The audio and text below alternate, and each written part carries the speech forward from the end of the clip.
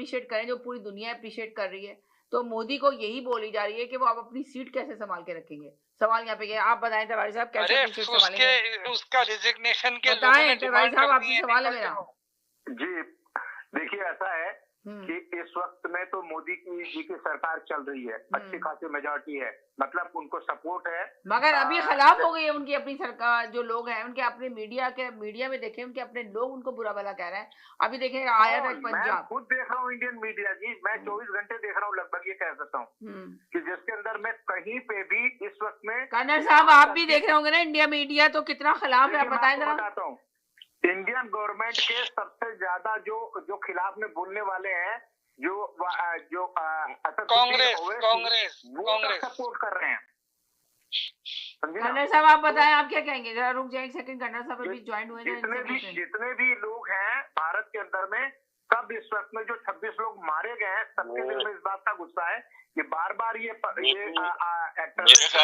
थोड़ा सा सब्र कीजिए, थोड़ा सा सब्र कीजिए। पाकिस्तान उन्होंने दे हैव टेकन 14 डेज, ये 22 तारीख का वाकया था जो पहलगाम में हुआ। 14-15वें दिन जाके उन्होंने इस पे इंडियन गवर्नमेंट ने रिएक्शन किया है। अभी उन्होंने एक्शन किया है, अभी पाकिस्तान के रिएक्शन का इंतजार करें। तो ये फुटेज और वो पायलट किधर है और वो तस्वीर किधर है, ये अगरचे इन सारों की भी अवेलेबल है और पाकिस्तान टीवी चैनल जो है वो दिखा रहे हैं सारा कुछ, लेकिन ये थोड़ा सा इंतजार करें। 2 हफ्ते इंडिया ने लिए हैं ये छोटी सी चुल्ली चलाने के लिए। पाकिस्तान के पास है अभी इनिशिएटिव, अभी इन्होंने जवाब देना है। तो मेरे ख्याल में ये तस्वीरें और पायलट किधर है, पायलट पहले भी इन्होंने अभिनंदन को पकड़ा था और वापस किया था। अभी तो उनको अपना बॉर्डर भी नहीं क्रॉस करने दे रहा हमारा ये डिफेंस सिस्टम जो है पाकिस्तान का, और उनमें जरूरत नहीं है। इस वक्त दुनिया की सबसे डीमोरलाइज एयरफोर्स इंडियन एयरफोर्स है, और इंडियन एयरफोर्स पाकिस्तान की बॉर्डर में जा ही नहीं रही, तो कहाँ अपने राफेल या बाकी सब पे अटैक कर दिया या उनको गिरा दिया, जब इंडियन एयरफोर्स गई नहीं वहां पे। इंडिया में रिपोर्ट करके मोदी ने अगले दिन तख्त छोड़ना है अपना, ये सारा कुछ निकल आएगा, फैक्ट्स नहीं छुपेंगे। और ये सारा वेस्टर्न मीडिया कंफर्म कर रहा है। फ्रेंच इंटेलिजेंस का चीफ जो है इंडिया के अंदर, वो स्पेशली विजिट पे है, उसने कंफर्म किया बठिंडे वाला जो फॉल है, और वो दूसरे कंफर्म कर रहे हैं। और इंडिया परेशान है, फ्रांसीसी बड़े परेशान है कि किन नायकों के हाथ में हमने राफेल दे दिया। जी अब बोलें, जी बोलें। जी सलामुअलैकुम समीना, बस मैं ये कहना चाहती हूँ समीना कि जो हमारे अभी इतने सारे लोग जो शहीद हो गए, तो अगर इंडिया वाले अपने आप को बहुत राइट साइड पे समझते हैं, वहां पर अटैक हुआ, लोगों हलाक हुए, तो आप जो सिविलियन आबादी पर जाकर के बम बरसा रहे हैं, तो इसमें क्या आपकी कामयाबी है? जी ये आपकी रहमदिली और दरिया दिली और आपका जो आप कहते हो कि इंसानियत है, वो ये है कि आप मासूम लोगों पे जाकर बम बरसा दें, मिसाइल गिरा दें, बच्चों को मार दें, औरतों खवातीन को मार दें, इबादत गाह पे जाके अटैक कर दें ताकि आप अपना इलेक्शन जीत सके, क्योंकि आपके पास कुछ भी करने के लिए नहीं है, बताने के लिए नहीं है, दिखाने के लिए नहीं है, और आप प्रूफ मांग रहे हैं। तो आपको खाक नहीं दिख रही, धूल नहीं दिख रही, उसके टुकड़े नहीं दिख रहे, आपको कुछ भी नहीं दिख रहा। अब अगर कोई कहे कि मैं ना मानूं, तो फिर नहीं मानेगा, चाहे सब कुछ दिख भी रहा हो फिर भी नहीं मानेगा। दोनों तरफ से अगर लोग मर रहे हैं, आवाम मर रही है, तो ये मोदी का पागलपन है। और जो सही कहा कि वो मैं ना मानू वाली बात की रट लगाई हुई है, माने तस्लीम करें गलती की है ये वाली बात लगाएंगे, तो ये रट तो हर कोई लगा सकता है, लेकिन प्रूफ तो आपके पास भी नहीं है। आपके पास क्या प्रूफ है कि आपके जो अटैक हुआ है उसमें बच्चे हलाक नहीं हुए, उसमें खवातीन हलाक नहीं हुए, उसमें लोग हलाक नहीं हुए ना, वो भी हलाक। तो आप क्या कर रहे हैं? क्या अगर आपकी गवर्नमेंट बहुत जिम्मेदार है तो उसके बयान क्या है?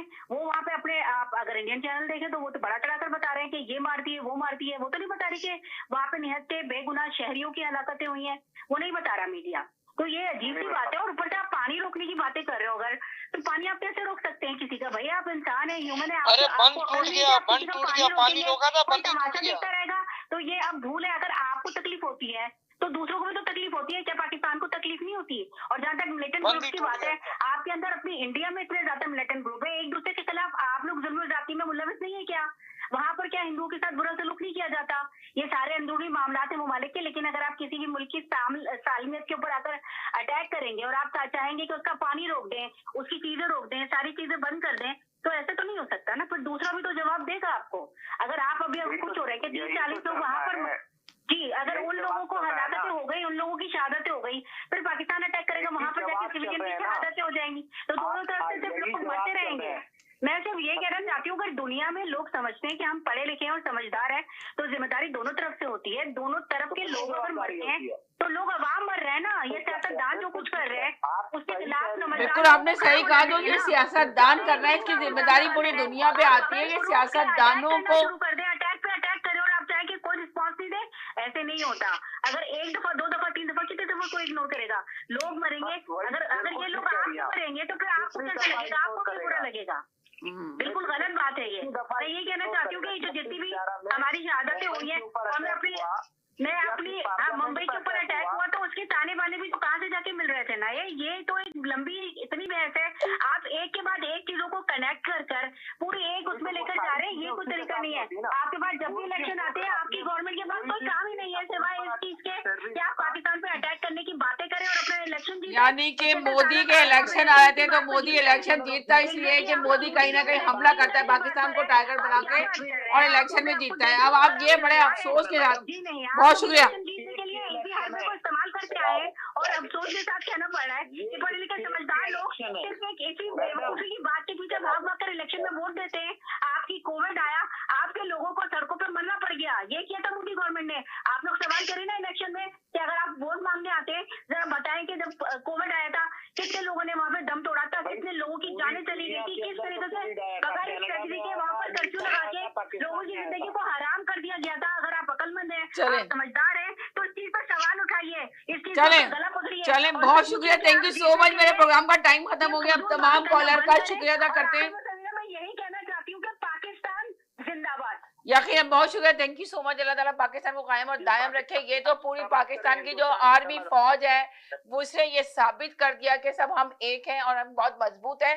हम कभी भी पीछे नहीं हटेंगे। जो शहीद हो गए उनका जवाब देंगे, मगर हमें अफसोस के साथ अभी भी यही कहना पड़ेगा कि मोदी ने जिस तरह हमला किया वो टेररिस्ट नहीं थे। वो छोटा मासूम बच्चा जो शहीद हुआ और जो फैमिलियां शहीद हुई हैं वो टेररिस्ट नहीं थी। मोदी को जरूर सोचना चाहिए। आज मोदी के अपने ही चैनल के, अपने ही मीडिया के लोग मोदी के ऊपर ये आवाज उठा रहे हैं, उनके अपने कंट्री के लोग आवाज उठा रहे हैं। तो ये मेरा सवाल है, क्या वो टेररिस्ट थे? अगर टेररिस्ट को मार रहे थे तो जरूर सोचिएगा और जरूर कमेंट्स में लिखें कि